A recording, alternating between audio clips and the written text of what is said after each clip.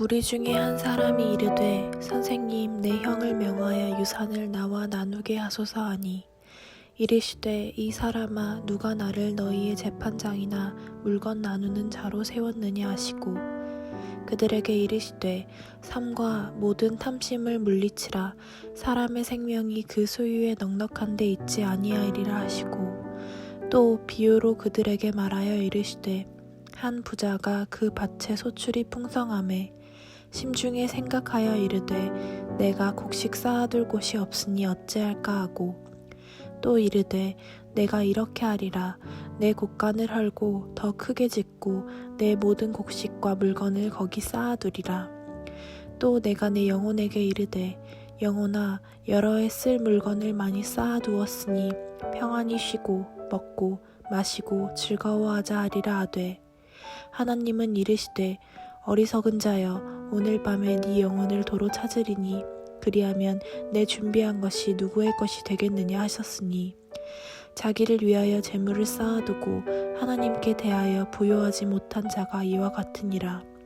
또 제자들에게 이르시되 그러므로 내가 너희에게 이르노니 너희 목숨을 위하여 무엇을 먹을까 몸을 위하여 무엇을 입을까 염려하지 말라.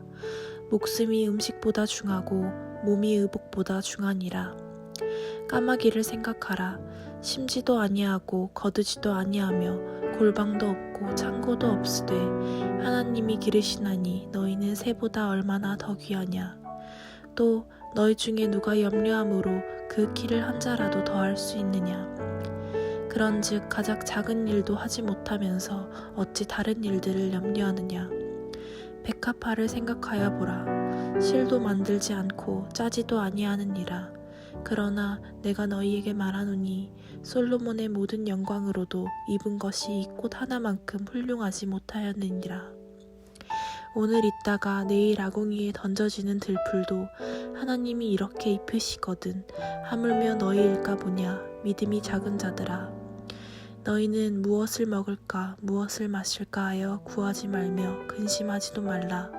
이 모든 것은 세상 백성들이 구하는 것이라. 너희 아버지께서는 이런 것이 너희에게 있어야 할 것을 아시느니라. 다만 너희는 그의 나라를 구하라. 그리하면 이런 것들을 너희에게 더하시리라. 적은 무리여 무서워하지 말라. 너희 아버지께서 그 나라를 너희에게 주시기를 기뻐하시느니라. 너희 소유를 팔아 구제하여 낡아지지 아니하는 배낭을 만들라. 곧 하늘에 둔 바다 함이 없는 보물이니 거기는 도둑도 가까이 하는 일이 없고 좀도 먹은 일이 없느니라. 너희 보물 있는 곳에는 너희 마음도 있으리라.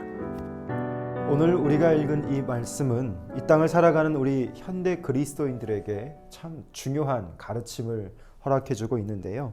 오늘 예수님은 인간의 존재가치, 그것을 알지 못하는 사람들이 어떤 지향점을 가지고 살아가고 있는지를 가르쳐 주십니다. 그게 바로 탐심입니다.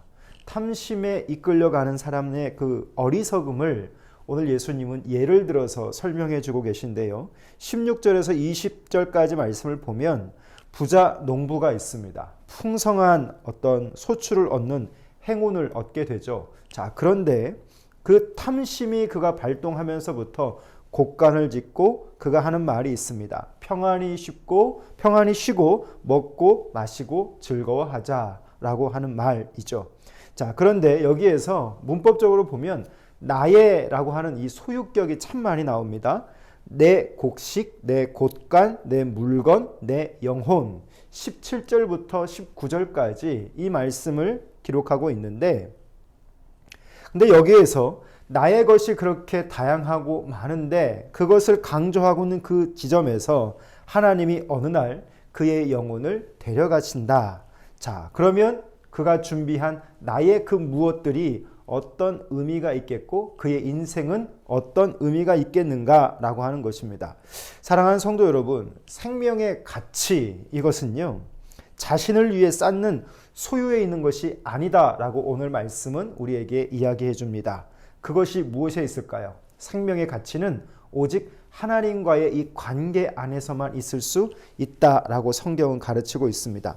부자는 자기를 위하여 재물을 쌓아두고 나를 위하여서 그렇게 했던 것이었지만 결국 하나님이 따지시는 것은 하나님에 대하여 쌓은 것이 없는 삶임을 오늘 우리 가운데 보여주고 있는 것이죠. 그래서 생명의 가치를 알지 못하고 살아가는 삶, 그 삶이 어리석은 자임을 이야기합니다. 그러면서 성경은 우리에게 대안을 제시해 주죠. 어떤 대안이냐면 이 땅에서의 나의 곡간, 나의 곡식, 나의 그 무엇을 위해 일하는 그 삶의 방향보다 오늘 하나님에 대하여 부자가 되는 삶을 우리 가운데 설명해 줍니다.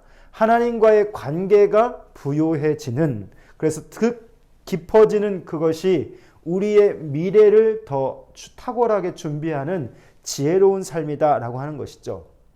더 구체적으로 얘기하면 다른 사람을 위해서 오늘 내가 가진 무엇을 사용할 수 있는 삶, 그 사람은 하나님에 대해서 부요한 자고 또 생명이 더욱 풍성해진다라고 오늘 12장 33절에서 34절 말씀은 기록하고 있습니다. 본문 22절에서 34절까지 말씀을 보게 되면요, 염려 많은 세상에서 염려에 대해서 오늘 하나님은 말씀해 주고 계십니다. 미래를 준비하는 자세, 두말할 것 없이 오늘 중요한 것들이죠. 건강을 준비하는 것도, 이 모든 것들을 준비하는 것 좋지만 특별히 우리 인간들이 추구하는 그 의식주의 문제에 대해서 하나님은 염려하지 말라라고 명령하고 계셨고, 오늘 이 탐심을 물리치라라고 또 말씀하시는데, 이 명령도 이 두 가지와 단어의 의미가 상당히 통해져 있습니다. 예수님은 염려하는 것이 현실적으로는 당사자에게 도움을 주지 못한다라고 하는 사실을 논리적으로 지금 이야기해 줍니다. 예를 들면 염려한다고 해서 생명의 시간이 더할 수 있겠느냐라고 말하는 것이죠. 여러분, 염려가 참 많은 시간을 지금 우리는 통과하고 있습니다. 저도 그렇고, 저도 이 교회에 대한 염려, 또 우리 성도들에 대한 염려, 또 우리 성도들은 살아갈 것에 대한 염려 많이 하고 있을 텐데, 오늘 이 말씀에서 성경은 우리에게 이 염려가 우리에게 무익한 것임을 이야기하면서 다시 한번 그 제자들로서 예수님을 따라가는 자들의 삶, 이들이 제자인데 그 제자들의 가치는 우리의 염려의 대상인 그것이 아니라 더 다른 것에 있음을 설명합니다. 자, 그러면서 주님이 말씀하시는 게 이것이 있습니다. 돌봄을 받지 않아도 아름다움을 선사하고 있는 들의 핀 꽃을 말씀하십니다. 자, 하루를 생존하고 아궁이에 비록 던져지는 것 같은 찰나의 존재이지만 그것조차에게도 우리 창조주 하나님의 관심이 가 있다라고 하는 거예요. 자, 그렇다면 그게 뭘까요? 제자들에 대해서 하나님이 어떤 마음으로 바라보고 계시는가라고 하는 것입니다. 제자들에게 하나님은 창조주이실 뿐만 아니라 오늘 하나님 아버지가 되신다라고 성경이 오늘 기록하고 있죠. 자연의 미약한 그 풀, 그것에도 하나님의 마음이 가 있다면 오늘 하나님의 말씀대로 살아가려 하고 있는 저와 여러분은 하나님이 어떻게 돌보시겠는가 질문하고 있는 것입니다. 사랑하는 성도 여러분, 그러면서 오늘 성경의 본문은 우리가 진정 구해야 할 것, 그것이 하나님의 나라임을 이야기하고 있습니다.